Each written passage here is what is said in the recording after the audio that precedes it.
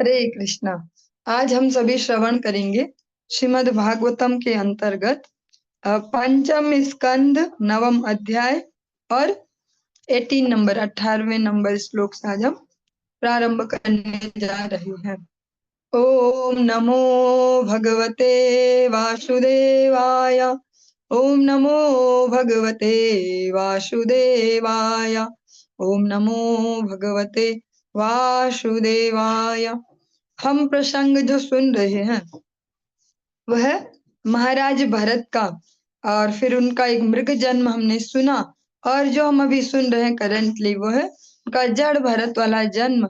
और यहाँ तक जो हमने लास्ट श्रवण किया वो ऐसा है कि जो डकैत है, चोर है, लुटेरे, वे उनकी बलि देना चाह रहे हैं देवी काली को।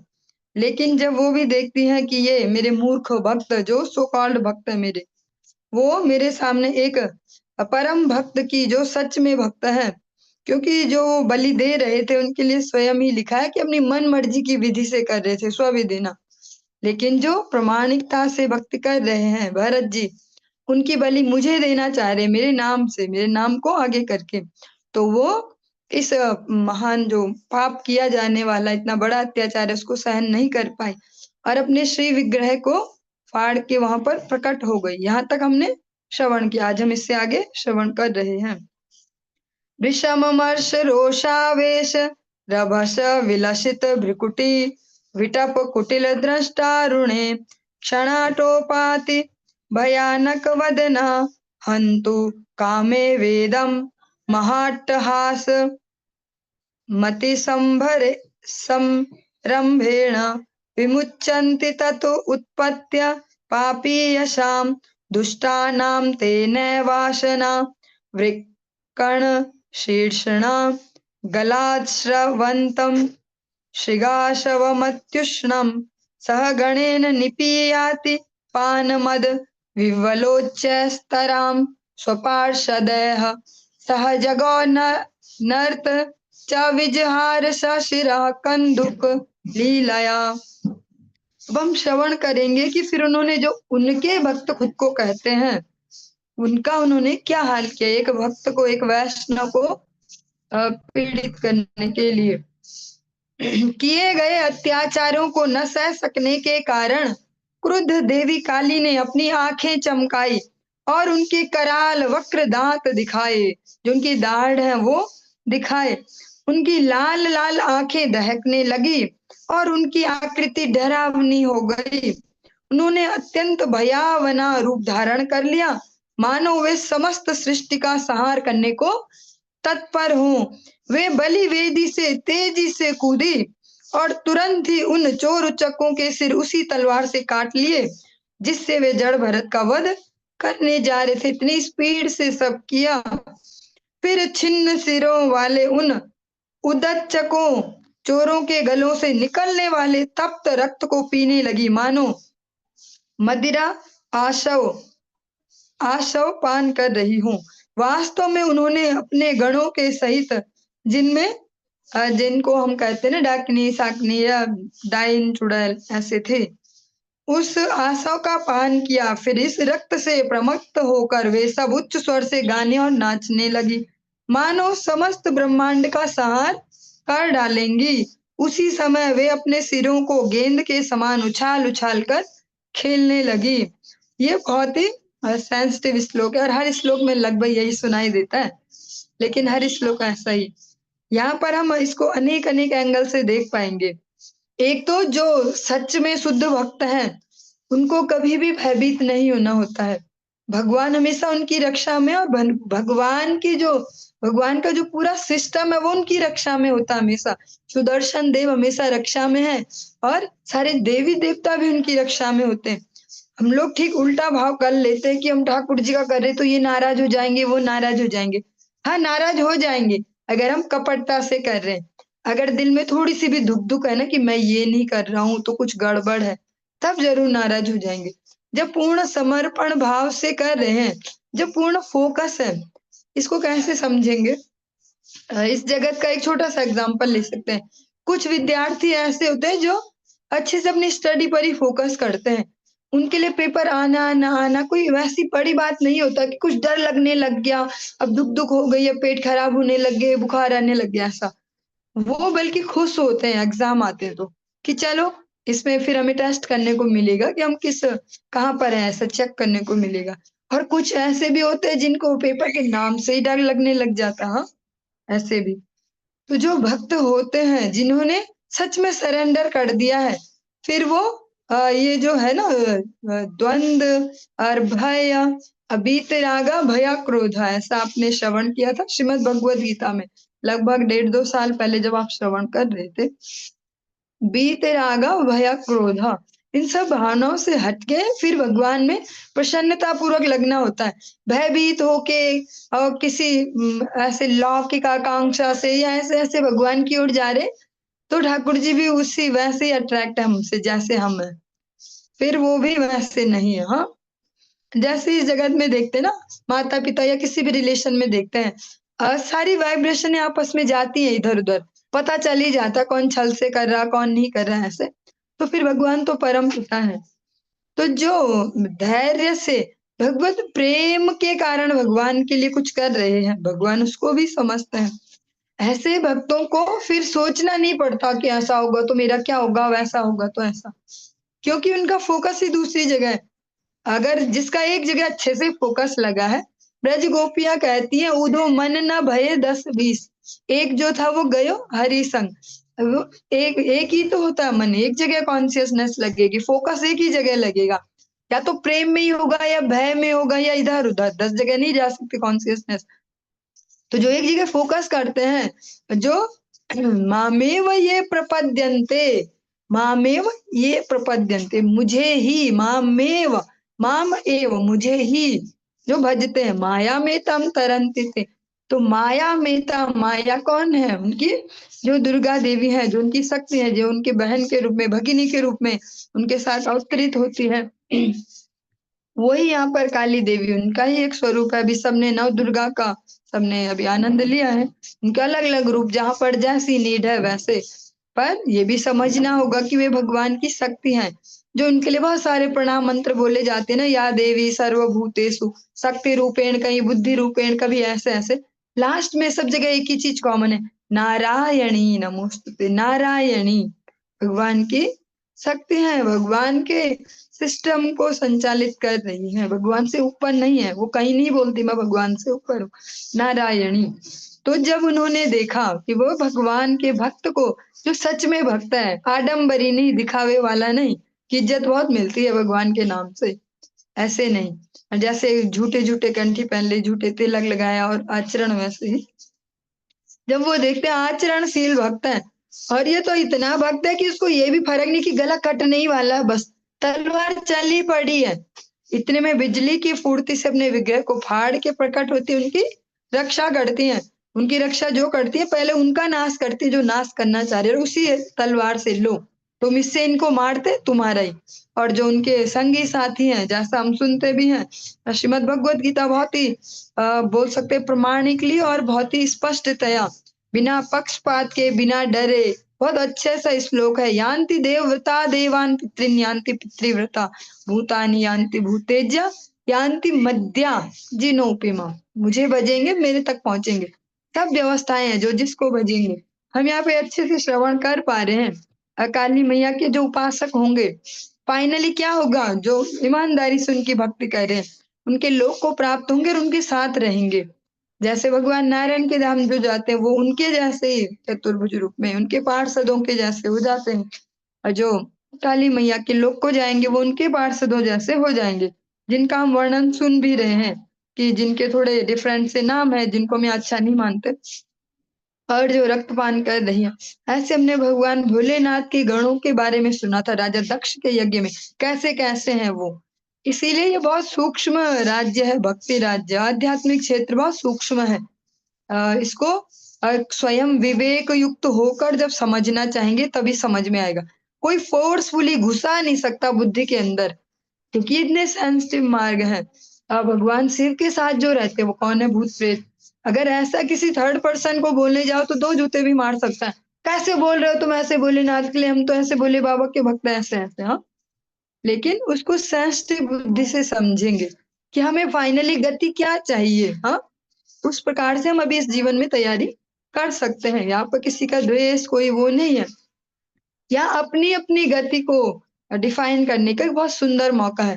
जैसे यहाँ बच्चों को सबको छूट मिलती है, कहीं कहीं नहीं भी मिलती, कोई माता पिता नहीं भी देते, पर चॉइस है कि आप चूज करिए किस फील्ड में जाना चाह रहे हैं, उस पर ही अग्रसर हो, वही अपनी फुल एनर्जी लगाएं। तो ऐसे ही जो आध्यात्मिक जीवन है यहाँ भी ऐसा ही है। जो भरत जी हैं उन्होंने भगवान के चरणों में अपनी रतिमति लगा दी, स्थिर कर दी। जाहि विधि राखे राम ताहि विधि रही। हम बोल सकते हैं रहना मुश्किल है, लेकिन वो रहते हैं ऐसे। वो इतना भी विरोध नहीं कर रहे, अब तो मन ही वाला हूँ। तो फिर उनके लिए फिर वो हुआ जो किसी के लिए नहीं हुआ। आज तक ये किसी के लिए नहीं हुआ कि माता अपना विग्रह फाड़ के ही आ जाए, अपने ही भक्तों को मार दे, ऐसा कहीं नहीं सुनाई देता। और जो उनके साथ हैं, जो जिनमें डाकिनी साकिनी इस प्रकार के जो नाम लिए जाते हैं, वे उन लुटेरों के सिर से अब खेल रही है, जैसे फुटबॉल खेल रही हो, कुछ गेम कुछ खेल रही है, ऐसे उछाल उछाल कर खेलने लगी। तो ये बहुत ही सुंदर सा प्रसंग भी है, जिसको हम अच्छे से समझ सकते हैं कि भगवत भक्ति में निष्ठा मतलब अन्य देवताओं से विरोध नहीं है। बहुत सूक्ष्म है ये बात, इसको समझना भी होगा। बल्कि सारा सिस्टम उनकी फिर रक्षा में लग जाता है, सभी आशीर्वाद उनको करते हैं जो भगवान की सेवा में लगते हैं ईमानदारी से। एवमेव खलु महद विचारातिक्रमः काश्य काष्णेर नात्मने फलति। जब कोई ईर्ष्यालु व्यक्ति किसी महापुरुष के समक्ष कोई अपराध करता है तो उसे सदा उपयुक्त विधि से दंडित होना पड़ता है। जब कोई किसी महत पुरुष का अपराध करे, सामान्य जनता के बीच तो चल जाए, इसको ऐसा बोला, इसका ऐसा किया, इसका ऐसा, लेकिन जो थोड़े विशिष्ट हैं, जिन्होंने अपने जीवनों को साधा है, जो भगवत सेवा में जिन्होंने अर्पित किए हैं जीवन, जिनका एकमात्र लक्ष्य अपने इंद्रिय तर्पण न होके भगवान की प्रसन्नता है, उनके चरणों में अपराध करेंगे तो फिर उसका अच्छे से रिजल्ट भी मिलता है। हमने जो कुछ अनेक अनेक प्रसंग सुने, चाहे वो पुरंजनोपाख्यान था, ऐसे अलग अलग स्पष्टतया सुना कि भैया कोई ब्राह्मण या कोई भक्त इनके चरणों में अपराध न हो, बाकी तो हम कुछ भी कर सकते हैं। हाँ, पुरंजन भी ऐसे ही बोलते अपनी रानी को जब वो नाराज थी कि बस एक ब्राह्मण और एक भक्त नहीं होना चाहिए, उसके अलावा तो बस जिसने भी तुम्हारा कुछ अपराध किया मैं सबको सबक सिखा सकता हूँ। ऐसा अलग अलग प्रसंगों में श्रवण किया कि भक्त और ब्राह्मण उनके प्रति कोई अपराध नहीं होना चाहिए। जब हम इस प्रकार से करें तो फिर उसका रिजल्ट भी तत्क्षणात मिलता भी है, कई बार लंबे समय में भी मिलता है और बड़े नुकसान के रूप में भी मिलता है। न वा एदश्विनुदत्त महद्भुतं यद संभ्रमः स्वशिरच्छेदन आपतितेऽपि मुक्तदेहाध्यात्म भावसुदृढ हृदय ग्रंथीनां सर्वसत्त्वा सुहृदात्मनां निर्वैराणां साक्षात् भगवता निमिषा रिवरायुधेन प्रमत्तेन तैस्तैर्भावैः परिरक्ष्यमाणानां तत्पादमूलमकुतश्चिद् भयमुपश्रितानां भागवत परम हंसानां। तब श्रील सुखदेव गोस्वामी ने महाराज परीक्षित से कहा, हे विष्णुदत्त, परीक्षित महाराज को नाम दिया विष्णुदत्त, जो यह जानते हैं कि आत्मा शरीर से पृथक है, आत्मा और शरीर अलग अलग है, जो हृदय की अजेय ग्रंथि से मुक्त हैं, जो समस्त जीवों के कल्याण कार्य में निरंतर अनुरक्त हैं तथा कभी भी दूसरों का अहित नहीं सोचते हैं, वे उन पूर्ण पुरुषोत्तम परमेश्वर द्वारा रक्षित होते हैं जो सुदर्शन चक्र धारण करने वाले हैं तथा असुरों को मारने के लिए एवं अपने भक्तों की रक्षा करने के लिए काल के रूप में कार्य करते हैं। अतः भक्त सदैव श्री भगवान के चरण कमल की शरण ग्रहण करते हैं, फलतः समस्त परिस्थितियों में सिर कटने का अवसर आने पर भी वे सदैव अक्षुब्ध रहते हैं। यह उनके लिए तनिक भी विस्मयकारी नहीं होता। इस श्लोक में सुखदेव गोस्वामी इस प्रसंग को बहुत अच्छे से एक्सप्लेन कर रहे हैं कि जो सच में भगवान को सरेंडर करते हैं, फिर वो अपने तन मन जीवन भगवान को देते हैं, तो उनके लौकिक भय दूर हो जाते हैं। और ये जितनी अमाउंट में शरणागति बढ़ते जाएगी, नेचुरली खुद होगा, आर्टिफिशियली नहीं कर सकते कि चलो आज हम ट्राई करते हैं। ऐसे भी भक्त हो सकते हैं ना कोई समझदार से कि हाँ हम तो भगवान पे पूरा भरोसा, खुद ही जंप मारेंगे छत से नीचे, देखते हैं कुछ नहीं होगा, हमें ठाकुर जी बचाने वाले। तो इस प्रकार से नहीं चेक करते वो परिस्थितियां जो स्वयं आ जाती हैं उनमें वो घबराते नहीं है कि भगवान के हाथ में सब है। स्वयं सुदर्शन देव उनकी रक्षा में रहते हैं। इस प्रकार से हमारा पंचम स्कंद का 9वां अध्याय संपूर्ण हुआ। अब हम 10वां जो अध्याय है इसमें प्रवेश कर रहे हैं। श्री सुक उवाच अथ सिंधु सौवीरपते रहुगणस्य व्रजत इक्षुमत्यास्तटे तत्कुलपतिना शिबिकावाह पुरुषान् वेषण समये दैवेनोपसादितः स द्विजवर उपलब्ध एष पीवा युवा सहनांगो गोखरवधुरं वोढुमल मिति पूर्वविष्टिगृहीतैः सह ग्रहीतः प्रसभ मतदर्ह उवाह शिबिकां स महानुभावः। अब एक नया प्रसंग श्रवण करेंगे हम। आपने अनेक बार सुना होगा कथा प्रसंगों में, गुरुदेव के मुख से, अन्य वैष्णव के मुख से भी। राजा रहुगण वाली जो कथा है वो अब हम इस आज से प्रसंग कर रहे हैं, प्रारंभ कर रहे हैं। श्रील सुखदेव गोस्वामी ने आगे कहा, हे राजन, इसके उपरांत सिंधु तथा सौवीर प्रदेशों का शासक रहुगण कपिलाश्रम जा रहा था। जब राजा के मुख्य कहार पालकी को ढोने वाले जो पालकी को उठा के ले जाते हैं, इक्षुमती नदी के तट पर पहुंचे तो उन्हें एक और कहार की आवश्यकता हुई। थोड़ी सी उन्हें जरूरत हुई कि एक और व्यक्ति होता तो ज्यादा अच्छा था। अतः वे किसी ऐसे व्यक्ति की खोज करने लगे और दैववश उन्हें जड़ भरत मिल गए। उन्होंने सोचा कि यह तरुण और बलिष्ठ है और इसके अंग प्रत्यंग सुदृढ़ हैं। यह बैलों तथा गधों के तुल्य बोझा ढोने के लिए अत्यंत उपयुक्त है। ऐसा सोचते हुए यद्यपि महात्मा जड़ भरत ऐसे कार्य के लिए सर्वथा अनुपयुक्त थे, तो भी कहारों ने बिना झिझक के पालकी ढोने के लिए उन्हें बाध्य कर दिया। हाँ, उनको देखा, सोचा ये तो मोटा ताजा है, ये ठीक है, इसको लगाओ। उनको जबरदस्ती अपने साथ काम पे लगा दिया।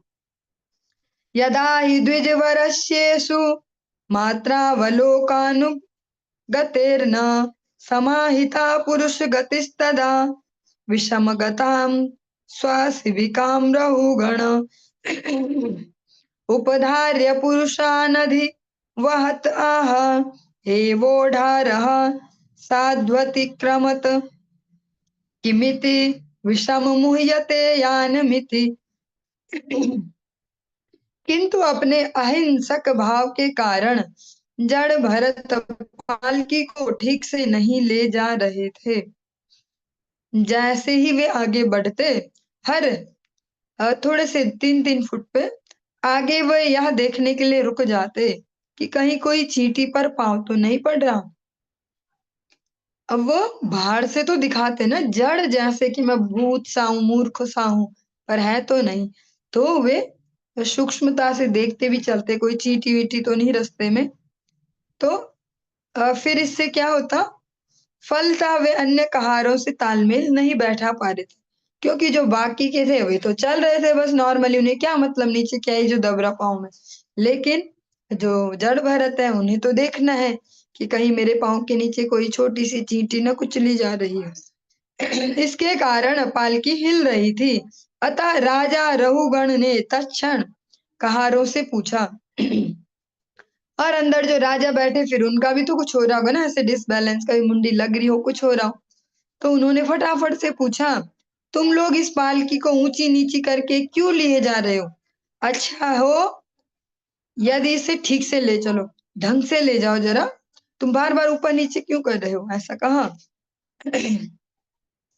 अथ ता ईश्वर वचः सोपालम्भमुपाकर्ण्यो पायतुरीयाच्छकितमनसस्तम विज्ञापयान बभूवुः।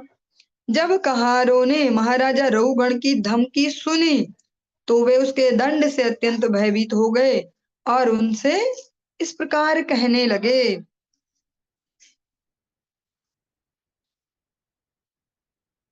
न वयम नरदेव प्रमत्ता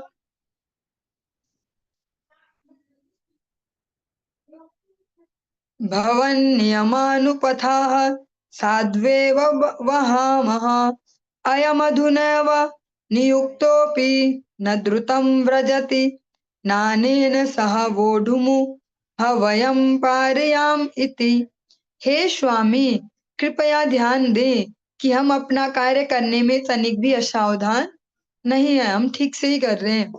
हम इस पालकी को अपनी इच्छानुसार निष्ठा से ले जा रहे हैं, किंतु यह व्यक्ति जिसे हमने अभी ही काम में लगाया है तेजी से नहीं चल पा रहा, अतः हम इसके साथ पालकी ले जाने में असमर्थ है। उन्होंने सारा ठीकरा जड़ भरत के सिर पे फोड़ दिया कि जो अभी नया नया आया है ना, ये इसकी वजह से गड़बड़ हो रहा, बैलेंस नहीं बन पा रहा। सांसर्गिको दोष एव नून में कस्यापि सर्वेषां सांसर्गिकाणां भवतु मर्हतीति निश्चित्य निशम्य कृपणवचो राजा रहुगण उपासित वृद्धोऽपि निसर्गेण बलात्कृत ईषदुत्थित विस्पष्ट ब्रह्म तेजसं जातवेदसमिव रजसा वृत्तमतिराह। राजा रहुगण दंड से भयभीत कहारों के वचन का अभिप्राय समझ रहा था।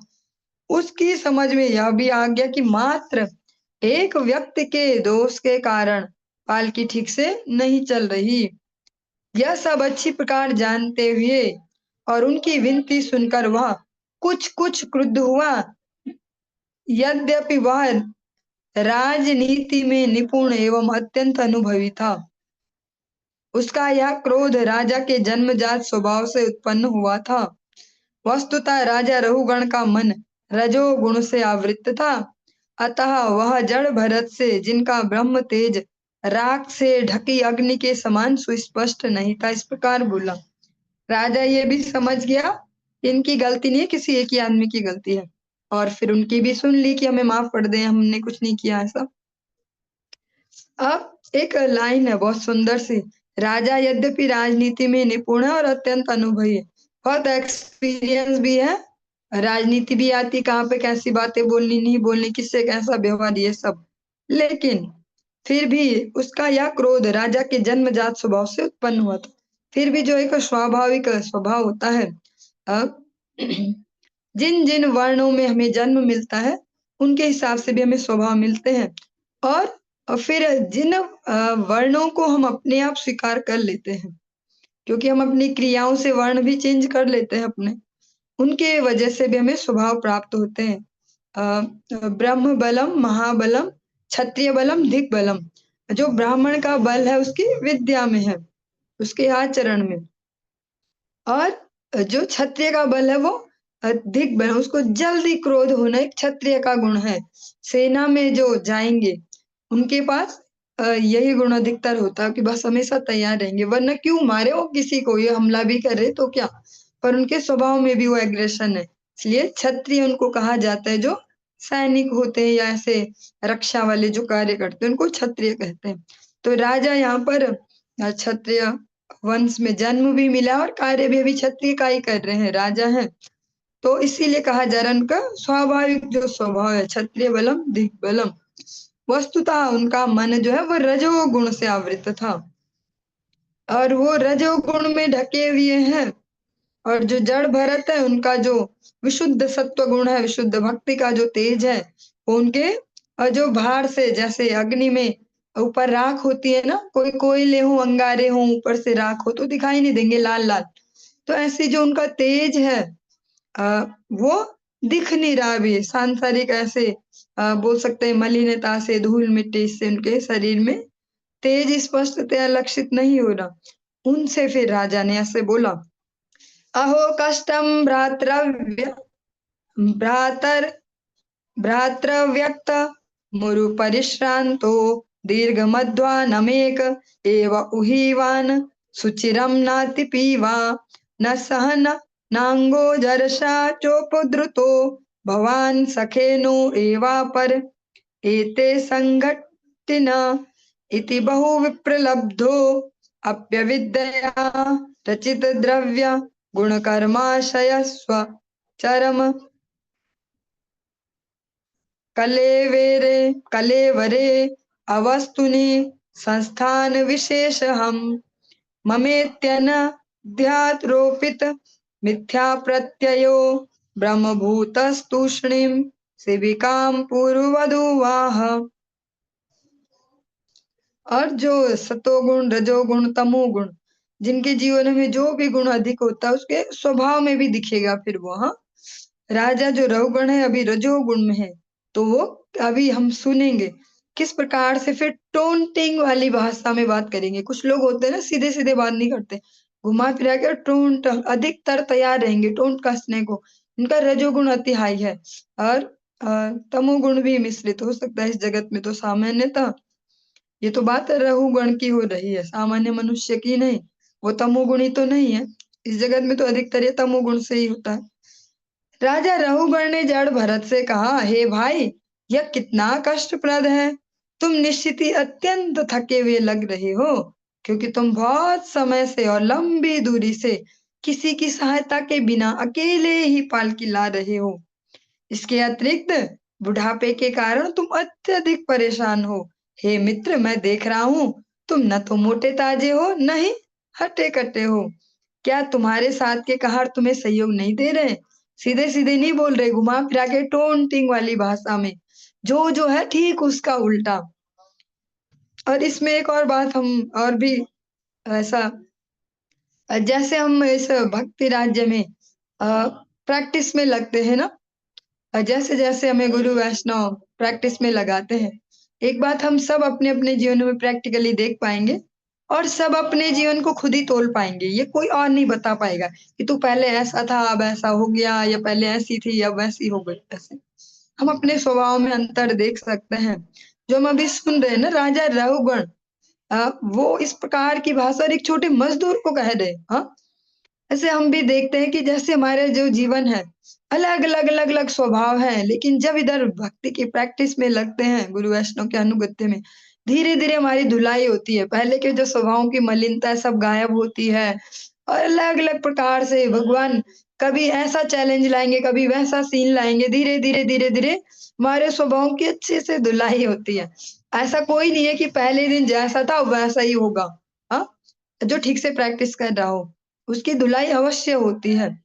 जैसे अभी ये स्वभाव दिख रहा है रहुगण का, जब वो सुन लेंगे उपदेश फिर सब बदल जाएगा, तब टोंटिंग वाली भाषा गायब। ऐसे हमारे स्वभाव में भी जो छोटे छोटे छोटे छोटे दोष होते हैं, धीरे धीरे गुरु वैष्णव की कृपा से, भगवान के नाम जप से वो दूर होते जाते हैं। इस प्रकार राजा ने जड़ भरत को ताना मारा, किंतु इतने पर भी जड़ भरत को शरीर की सुधि नहीं थी। उन्हें ज्ञात था कि वे शरीर नहीं है। जो सुना भी ऐसे व्यक्ति को रहे हैं कि जिसको यही पता नहीं कि ये बॉडी मैं हूँ। हाँ, उसको बोल रहे हैं कि तू मोटा भी नहीं है, हट्टा कट्टा भी नहीं है, तू बहुत बूढ़ा हो गया, शायद जवान भी नहीं है, तुझसे अकेले नहीं उठाई जा रही, साथ वाले हेल्प नहीं कर रहे। वो ऐसे व्यक्ति को सुनाया जा रहा है जिसमें देह भाव ही नहीं है। उन्हें ज्ञात था कि वे शरीर नहीं है, क्योंकि वे स्वरूप सिद्ध हो चुके थे। अपने वास्तविक स्वरूप में वे सिद्ध हैं। जीवेर स्वरूप है कृष्णेर नित्यदास। वे न तो मोटे थे न पतले, न ही उन्हें पंच स्थूल भूतों तथा तीन स्थूल तत्वों के इस सूक्ष्म पदार्थ से कुछ लेना देना था। उन्हें भौतिक शरीर तथा इसके दो हाथों तथा दो पैरों से कोई सरोकार नहीं था। दूसरे शब्दों में कहना चाहे तो कह सकते हैं कि वे अहम ब्रह्मास्मि। ये तो थोड़ा हमारे लिए हायर हो जाएगा, पर मैं ये शरीर नहीं हूँ, ऐसा उन्हें पता था। अर्थात अपनी आध्यात्मिक पहचान को प्राप्त कर चुके थे। अतः राजा की व्यंग्यपूर्ण आलोचना का उन पर कोई प्रभाव नहीं पड़ा। वे बिना कुछ कहे पूर्ववत पालकी को उठाए चलते रहे। उनको कुछ चूचा, उनके कानों में कुछ जू नहीं रहेंगी, कितना ही बके बोलते रहो, उनको कुछ पता ही नहीं। उन्हें ये पता नहीं चल रहा कि ये मुझे ही बोल रहा है कि तू मोटा नहीं है, तू बहुत कमजोर है, तू ऐसा। वो बस वैसे ही चलते रहे। अथ पुनः स्वशिबिकायां विषमगत विषमगतायां प्रकुपित उवाच रहुगणः किमिद मरे त्वं जीवन्मृतो मां कदर्थीकृत्य भर्तृशासन मतिचरसि प्रमतस्य च ते करोमि चिकित्सां दण्डपाणिरिव जनताया यथा प्रकृतिं स्वां भजिष्यस इति। तत्पश्चात जब राजा ने देखा कि उसकी पालकी अब भी पूर्ववत हिल डुल रही थी, पहले जैसी अभी भी हिल रही है, तो वो बहुत ज्यादा क्रुद्ध हो गया और कहने लगा, अरे दुष्ट, अभी तक तो टोंट में घुमा के बोल रहा था, तू बहुत कमजोर है, ऐसा ऐसा। अब सही से ही बोलने लग गया। अरे दुष्ट, तू क्या कर रहा है? क्या तू जीवित ही मर गया है? क्या तू नहीं जानता कि मैं तेरा स्वामी हूँ? तू मेरा अनादर कर रहा है और मेरी आज्ञा का उल्लंघन भी।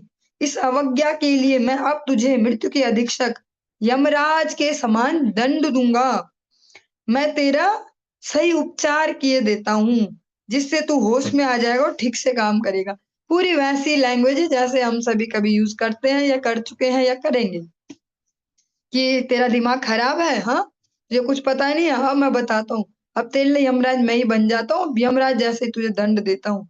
अब पता चलेगा मेरी बेइज्जती कर रहा, मेरी बात नहीं मान रहा, हाँ, तो सीधे मृत्यु दंड दूंगा और तेरा इलाज करूंगा ठीक से, जिससे तू होश में भी आएगा और ठीक से भी काम करेगा।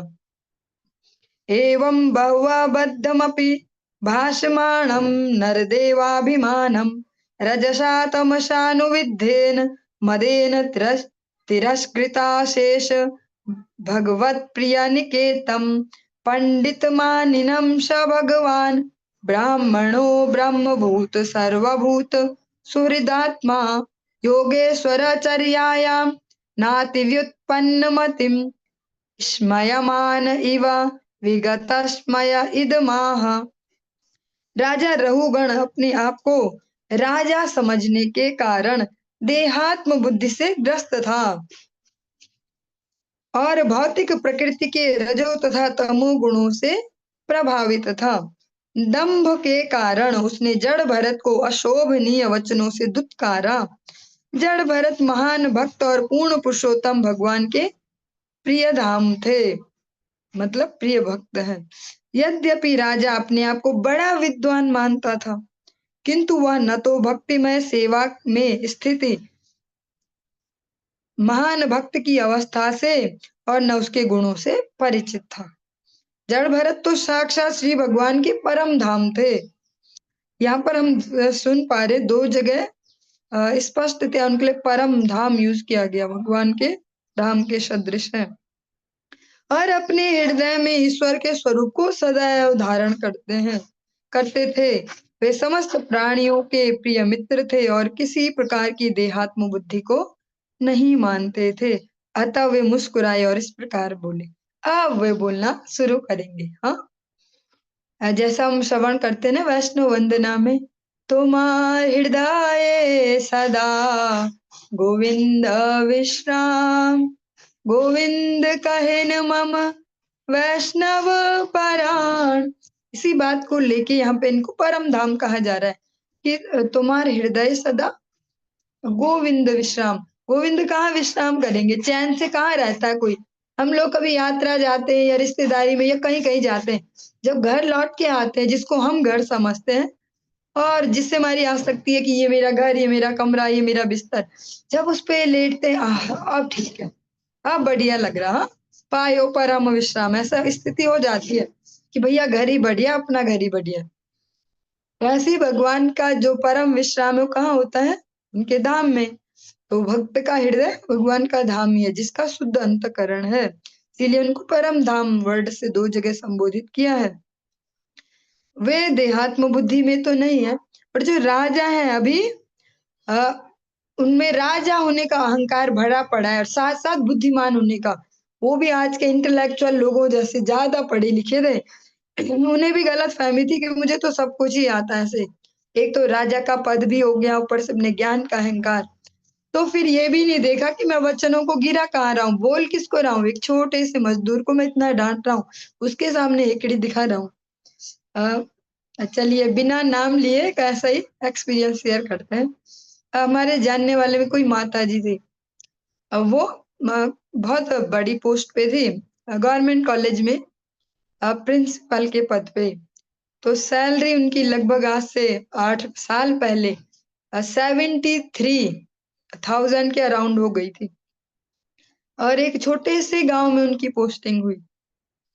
तो उस छोटे से गांव में जो आज के समय में भी छोटे गांव हैं, जो रोडों से दूर हैं, थोड़े सभ्य कम होते हैं, अभी भी वैसे ही दिखते जैसा हम सुनते हैं कैसे होते हैं गँवार से, उस तरीके के, हाँ, जिनको ज़्यादा ऐसा नहीं पता कि ऐसे रहना, साफ-सफाई, ये वो दुनियादारी ऐसा। जब वो लोग वहाँ पेरेंट्स मीटिंग होती है ना, जब वो मीटिंग में आते, तो वो जो इतनी खुद को इतनी इंटेलेक्चुअल और पढ़ी-लिखी और मैं ऐसी हूँ, मैं वैसी, मैं इतनी बड़ी ऑफिसर ये, तो वो उनके सामने अपनी बहादुरी गिनाती कि 73,000 ले रही हूँ मैं अभी। तो फिर सुनने वाले क्या करेंगे, जिन पे बुद्धि है वो उन पे ही हँसेंगे कि ऐसे बेचारे लोग जो सभ्यता से भी इतनी दूर है, जिनको ज़्यादा कुछ पता नहीं, हर दिन अपने खाने के लिए भी संघर्ष करे, उन पे क्या ऐसे वो शो करना कि मैं तो भैया 73,000 ले रही। कभी-कभी ऐसे प्रैक्टिकली जब हम देखते हैं तो शास्त्र वचनों को अच्छे से समझ पाते हैं। ऐसे होते हैं कई कलाकार। ऐसे ही राजा रघुगण भी राजा होने का भी दम पर, अपने ज्ञान का भी, और दिखा किस पे रहे, एक पालकी ढोने वाले पे, कि क्या ऐसा-वैसा उसको सब सुना रहे हैं। तो अब जो जड़ भरत हैं, अब वो मुस्कुराए और वो गुस्से में रिप्लाई नहीं कर रहे, ना इसमें रिएक्शन में रिप्लाई करे। अभी बताता हूँ तुझे मैं क्या हूँ, ज्यादा ही बोल रहा, ज्यादा ही समझ रहा। राजा तू एक राज्य का होगा, मैं पूरी धरती का राजा था। हाँ, अभी बताता हूँ इसको, और ज्ञानी तू इतना ज्ञानी, मैं बताता हूँ, इस भाव से नहीं। वो आराम से नॉर्मली मुस्कुराए और अब उसको कुछ उपदेश करेंगे उसके मंगल के लिए। ब्राह्मण उवाच त्वयोदितं व्यक्तं विप्रलब्धं भर्तुः समेष्याद्यति वीरभारः गन्तुर्यदि स्यादधिगम्य मध्वा पीवेतिराशो न विदां प्रवादः। महान ब्राह्मण जल भरत ने कहा, हे राजन तथा वीर, आपने जो कुछ व्यंग में कहा है वह सचमुच ठीक है। ये मात्र उलाहनापूर्ण शब्द नहीं है, क्योंकि शरीर तो वाहक है, ढोने वाला है। शरीर द्वारा ढोए जाने वाला भार मेरा नहीं है, क्योंकि मैं तो आत्मा हूँ। आपके कथनों में तनिक भी विरोधाभास नहीं है, क्योंकि मैं शरीर से भिन्न हूँ। मैं पालकी का ढोने वाला नहीं हूँ, वह तो शरीर है। निस्संदेह जैसा आपने संकेत किया है, पालकी ढोने में मैंने कोई श्रम नहीं किया, क्योंकि मैं तो शरीर से पृथक हूँ। आपने कहा कि मैं हिष्ट पुष्ट नहीं हूँ, ये शब्द उस व्यक्ति के सर्वथा अनुरूप है जो शरीर तथा आत्मा का अंतर नहीं जानता। शरीर मोटा या दुबला हो सकता है, किंतु कोई भी बुद्धिमान व्यक्ति यह बात आत्मा के लिए नहीं कहेगा। जहां तक आत्मा का प्रश्न है, मैं न तो मोटा हूं न दुबला। अतः जब आप कहते हैं ना मैं हिष्ट पुष्ट नहीं हूं, तो आप सही है।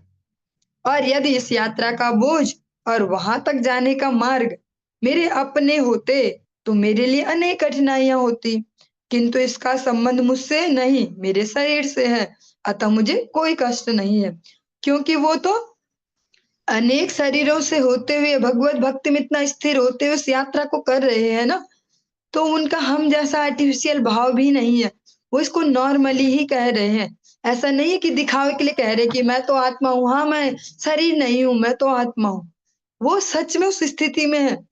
फिर वो उसी स्थिति से, उसी भाव से, ईमानदारी से भी कह रहे हैं, हाँ तुम ठीक ही तो बोल रहे हो, भले व्यंग में बोल रहे हो पर सच ही बोल रहे हो, कि जो भी परेशानी हो रही यात्रा में मुझे थोड़ी ना हो रही, मेरे शरीर को हो रही। और मोटा ताजा मैं तो नहीं हूँ, शरीर ही हो सकता मोटा ताजा ऐसा। हाँ, तो उनको स्पष्टतः इस प्रकार से कहते हैं कि हाँ मैं तो जब शरीर हूँ ही नहीं, तो जो भी आप कह रहे हो वो ठीक ही कह रहे हो, हाँ वो सब शरीर पे ही लागू हो रहा है। चलिए आज के इस प्रसंग को हम विराम देंगे और कल इससे आगे श्रवण करेंगे। हरे कृष्णा।